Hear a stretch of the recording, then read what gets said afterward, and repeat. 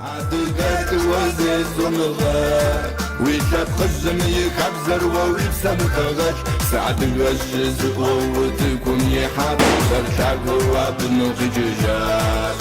этом году традиционно в Грузии прошли мероприятия, посвященные Дню черкесского геноцида. 20 мая в стенах Черкесского культурного центра в Тбилиси прошел официальный прием гостей, посвященный Дню признания черкесского геноцида грузинским парламентом. 12 лет назад, в такой же день, парламент свободной и независимой Грузии признал самую болезненную и самую ужасную трагедию для моего народа – геноцид черкесов. Гости обсудили историю и важность принятия этого решения, поговорили о черкесах сегодня и грузино-черкесских взаимоотношениях. Думаю, что национальная энергия черкесов имеет возможность, потому что в этом народе огромная сила, творение. Кавказское единство должно быть не по этническому признаку, а вот это, скорее всего, географическому. Как здоровый человек не замечает своего позвоночника, так и здоровый народ, здоровая нация, не замечая, развивает свою культуру. Мероприятие завершилось поэтическими выступлениями со стихами, посвященными событиям XIX века, и фуршетом для гостей.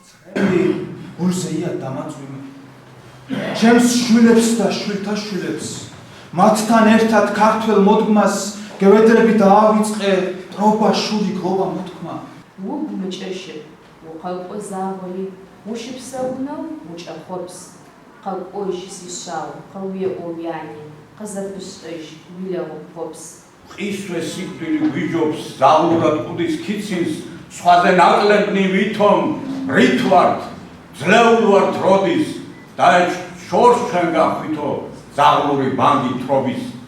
В этот день Черкасиан Медиа при поддержке Института Кавказоведения провел молодежный круглый стол в стенах Тбилисского государственного университета.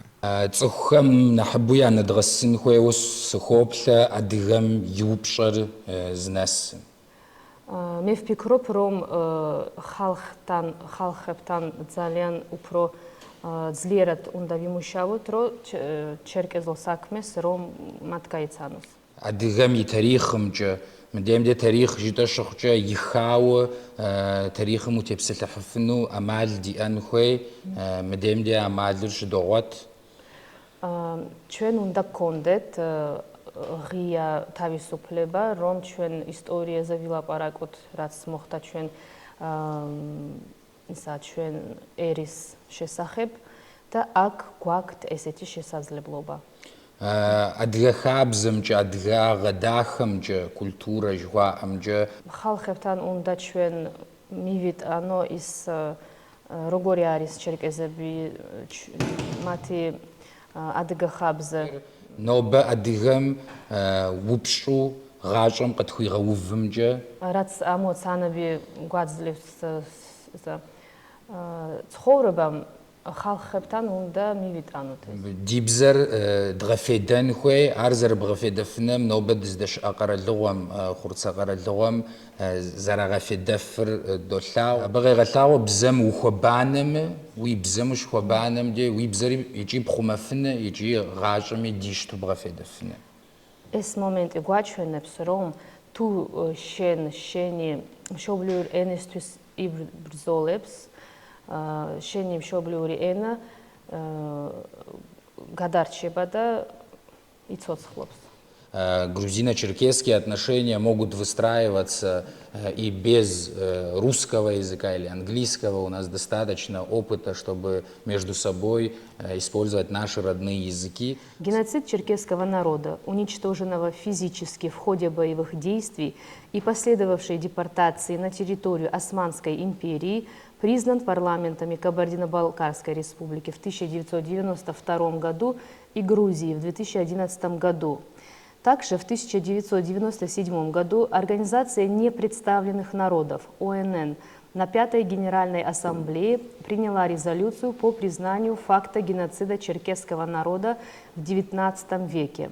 Процесс продолжения признания геноцида черкесов ныне обсуждается и в парламентах других стран. На протяжении всего периода царской, а далее советской оккупации продолжалась политика геноцида, которая охватывает и ономастику исторической Черкесии. Один из населенных пунктов носит название Вильяминовское, сельское поселение в честь генерала имперской армии, известного высказыванием «Теперь у нас есть земля черкесов без самих черкесов». Примером колониального подхода также является изменение названия портового города Черного моря с черкесского Цамез на русское Новороссийск. Для наглядного примера приведу несколько материалов из Национального архива Грузии. Окончательное умиротворение Западного Кавказа должно завершиться водворением русского населения на восточном берегу Черного моря. Казачьи станицы наши заняли пространство от устья реки Кубани до Цемесской бухты. Береговая полоса уже очищена до устья реки Джубги к предстоящей весне, и на остальном пространстве утвержденным положением о заселении Западного Кавказа не должно остаться горского населения. Это из донесения великого князя Михаила Николаевича к генералу-адъютанту Милютину от 10 декабря 1863 года. მოგესალმებით, როგორც გვაღნიშნეს, მე ვისაუბრებ ჩერქეზთა მუჰაჯირების შესახებ, თუმცა სანამ ამას შევეხები, მინდა ჯერ ვახსენო კავკასიის 100-წლიანი ომი, რომელიც მიმდინარეობდა 1763-1864 წლებში. გამოდის, ეს იყო გლეხი, წლის შეცეულყო ცე იყო, რომელიც იყო ბრწყინვალე ორატორი და ის რასაც ფიქრობდა, ყოველთვის ამბობდა. Началась интенсивная работа.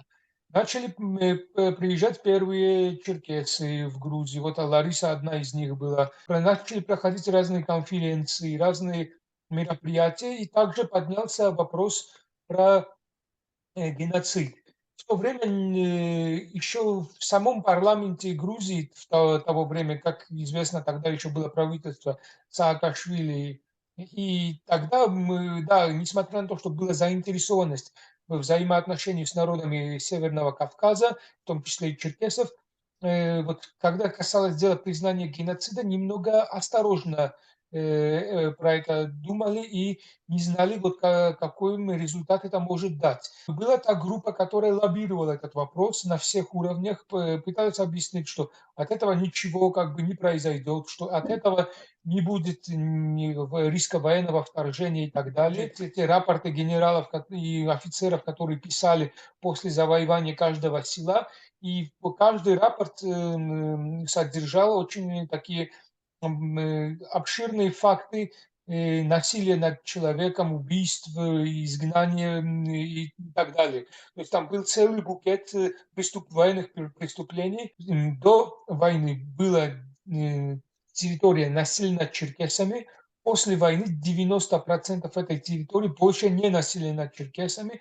И эти черкесы были или истреблены, или выселены на территорию Османской империи. И это признание не было единичным актом. За ним последовали многие другие действия. Да? Это было открытие Черкесского культурного центра, это был памятник в Анакле, там многие другие мероприятия. И также частные инициативы, потому что многие черкесы, кто имеет бизнес и так далее, начали приезжать в Грузию, знакомиться с грузинами, там без всякой политики, там уже заниматься своими делами и все такое. И мы видим, что имеет эффект домино. Вот по примеру Черкесского центра сейчас открылся уже Ингушский центр. И это частная инициатива, то есть без государственных денег люди на частной основе уже основали Ингушский центр, и он начал уже функционировать. И я надеюсь, что другие народы Кавказа тоже последуют примеру, и у нас будут и дагестанские культурные центры, карачаевские и так далее. И также очень позитивна роль черкесов в диалоге между грузинами и абхазами, и мы видели многие примеры, когда с посредством черкесов были проведены многие грузино-абхазские встречи, диалоги, разные другие проекты. И это будет иметь продолжение и будет иметь более широкий масштаб. ეს ყველაფერი გამოვიარეთ და დღეს მოხარული ვარ მართლა რომ ჯერ კიდევ გვაქვს და ღმერთმა მოგცა იმის ძალა რომ თუნდაც სამომავლოდ ეს ყველაფერი სასიკეთოდ წავიყვანოთ, თუნდაც ჩვენი ძმობით, მეგობრობით უფრო მეტ ხალხს გავაგებინოთ ამ ძიმე და შემზარავი ფაქტის შესახებ, ვიცი რომ ჩვენ გულებში როგორც და რაც არ უნდა მოხდეს, ეს არ წაიშლება, იმიტომ რომ იმ ადამიანის სისხლით ვართ მოსულები, რომლებმაც ეს წამება უსაფუძვლოდ იწამა, ანუ მიიღო. Рад участвовать в таком первом нашем экспериментальном таком, да, круглом столе. Это еще раз говорит о том, что помимо того самого важного мероприятия, которое проходил в Черкесском культурном центре, мы способны есть этому делу продолжение. И мы тому пример. Также вот я хотел бы поговорить сегодня про современные реалии грузино-черкесских отношений, но коснусь сегодняшней даты. И хочу отметить от себя, что как от грузинского народа, мы здесь живем рядом с нами, вот на этой земле произошла такая трагедия, такое горе, это как бы и соболезнования к этому всему, и также с другой стороны чувствуем себя в каком-то плане морально немножко очищенными, когда эта историческая дата произошла, что мы признали геноцид черкесского народа. Планомерно после августовской войны меняется вектор направления грузинской политики. Не то, что вектор, я бы сказал, появляется дополнительный пункт, это увеличивается по направлению Кавказа, появляются разные телевидения, разные культурные центры. И вот это все самым громким заявлением этого всего последовало признание геноцида черкесского народа. Вот второй этап наших черкесо-грузинских отношений. В любом случае, может быть, он как-то держался на том уровне, не увеличивалось, может быть, немножко она снижалась, но не так сильно. В итоге нам удалось сохранить факт признания. Этому очень сильно местные историки и общественность отстояла единогласно. И второй момент это то, что да, они исчезло такое телевидение, разные направления, там первый информационный кавказский, там другие какие-то проекты, но Черкесский культурный центр остался, и он продолжал работать над культурными вопросами в основном. И третий этап, я думаю, вот то, что сегодня как-то еще фундамент не сильно заложен, но в каком-то плане чувствуется, что вот, может быть, смело будет с моей стороны, но появление черкесского медиа в Тбилиси – это дополнительный новый этап, третий этап, потому что вот привело к тому, что мы уже проводим круглый стол, у нас появились связи, знакомства. Я ездил в Турцию недавно, знакомился с местными черкесскими организациями, как грузин из Тбилиси, и ты познакомился с внутренней реалией на каком-то уровне. Поэтому я думаю, что вот это вот новые перспективы дополнительно открывает региональная политика. А на этом этапе грузинское государство, грузинское общество должно находить какие-то точки соприкосновения, как минимум начать это с культурного диалога, начать это с каких-то разных, может быть, спортивных или общественных или культурных мероприятий и выстраивать какую-то связь. Я занимаюсь уже, где-то год, и думаю, что уже скоро опубликована будет моя статья про этот вопрос. Это репатриация, это программа репатриации в Абхазии, потому что вот так мы не признаем, конечно, но на государственном уровне почти вот единственный регион, где есть такая официальная программа репатриации. Там, конечно, по-другому они называют это, но мы назовем репатриацией черкесского народа, чтобы общем сказать. Когда у меня какие-то первые мысли появились, я понял, что эта программа репатриации просто не работает в Абхазии. Я начал изучать вопрос, почему эта программа не работает, искать какие-то причины. К этому в западном академическом круге абсолютно не изучен. Нет никаких опубликованных или даже конференций, или там репортов, ничего такого нету. Сам Абхазия и абхазские научные деятели, они занимаются этим вопросом, но очень так, тоже не особо глубоко, и если изучают, то, конечно, они это делают на русском, так что Запад этот вопрос почти не знает. В этом плане, когда я начал работать, я подумал, что вот эти причины, почему не работает эта программа репатриации, очень много нам рассказывают, и, в общем, что происходит на Северном Кавказе. Самое главное, все причины можно обобщать в одной причине, что нет политической воли, в принципе. Это все на вот то, что есть программа репатриации, и то, что абхазские политики очень часто выходят, говорят, что черкесы, адыги, по-другому обозначают, это вы хорошо понимаете, они наши братья, мы один народ. Имплементацию этих слов мы не видим.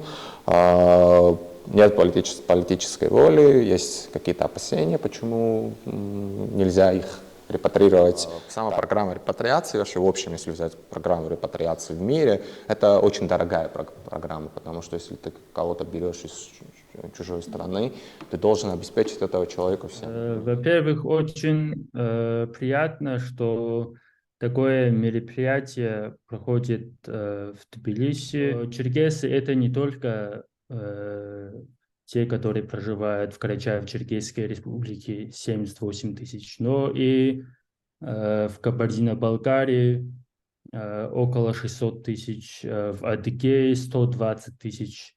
В общем, на Северном Кавказе черкесов около 900 тысяч. Проблема в том, что только 10% из нашего народа сейчас проживают на своей исторической родине. И когда говорят, что этот геноцид был 160 лет тому назад, зачем ворошить прошлое там и так далее, для черкесов это не прошлое, для черкесов это настоящее, потому что те раны, которые мы получили, наш народ получил, до сих пор кровоточат, и мы до сих пор ощущаем те боли, те проблемы, которые мы тогда получили, и до сих пор эти вопросы не решены. И пока не будет разрешен этот вопрос, пока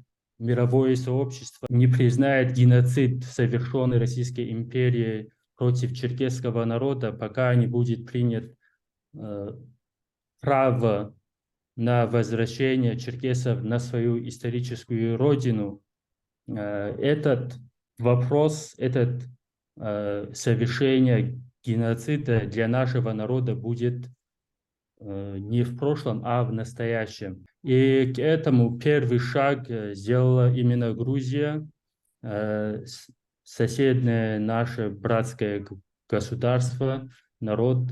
Это в 2011 году, и для нас это очень символично. Это дало черкесскому национальному движению новый импульс. Мы ожидали и ожидаем, что Грузия станет продвигать, будет помогать в этом вопросе продвижения признания черкесского геноцида мировым сообществом.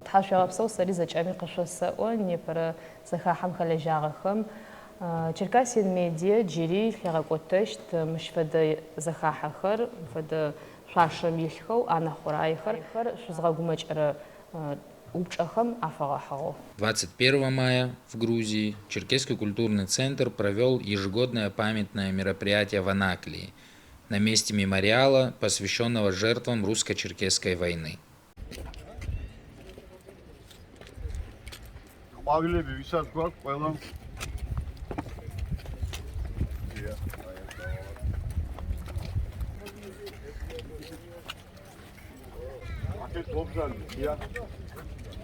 ди лъэпкъэгуэдымрэ, ди лъэпсэрыхымрэ япэу къэзыщтамрэ Япуз лъытамрэ, гъунэгъу гулъытэ зыщӏамрэ, тхьэуэ дыкъэзыгъэщӏам гущӏэгъу къыхуищӏ, игъащӏэкӏи Тхьэм игъэпсо. Тхьэм фигъэпсо.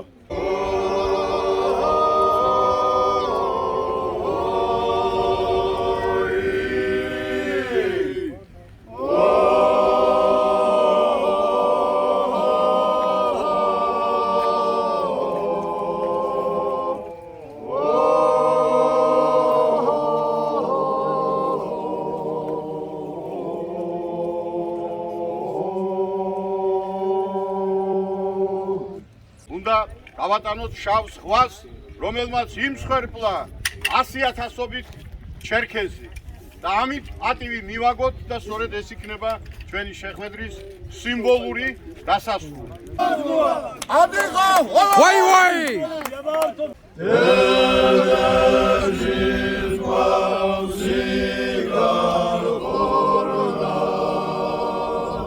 Ну и находясь 21 мая в Тбилиси, мы не могли не почтить память выдающегося черкесского классика Михаила Лохвицкого, известного также как Аджук-Гирей, автора выдающихся произведений, касаемых черкесского народа, таких произведений, как «В поисках богов» и «Громовый гул». Судьба Михаила Лохвицкого и его произведения являются отражением судьбы черкесского народа.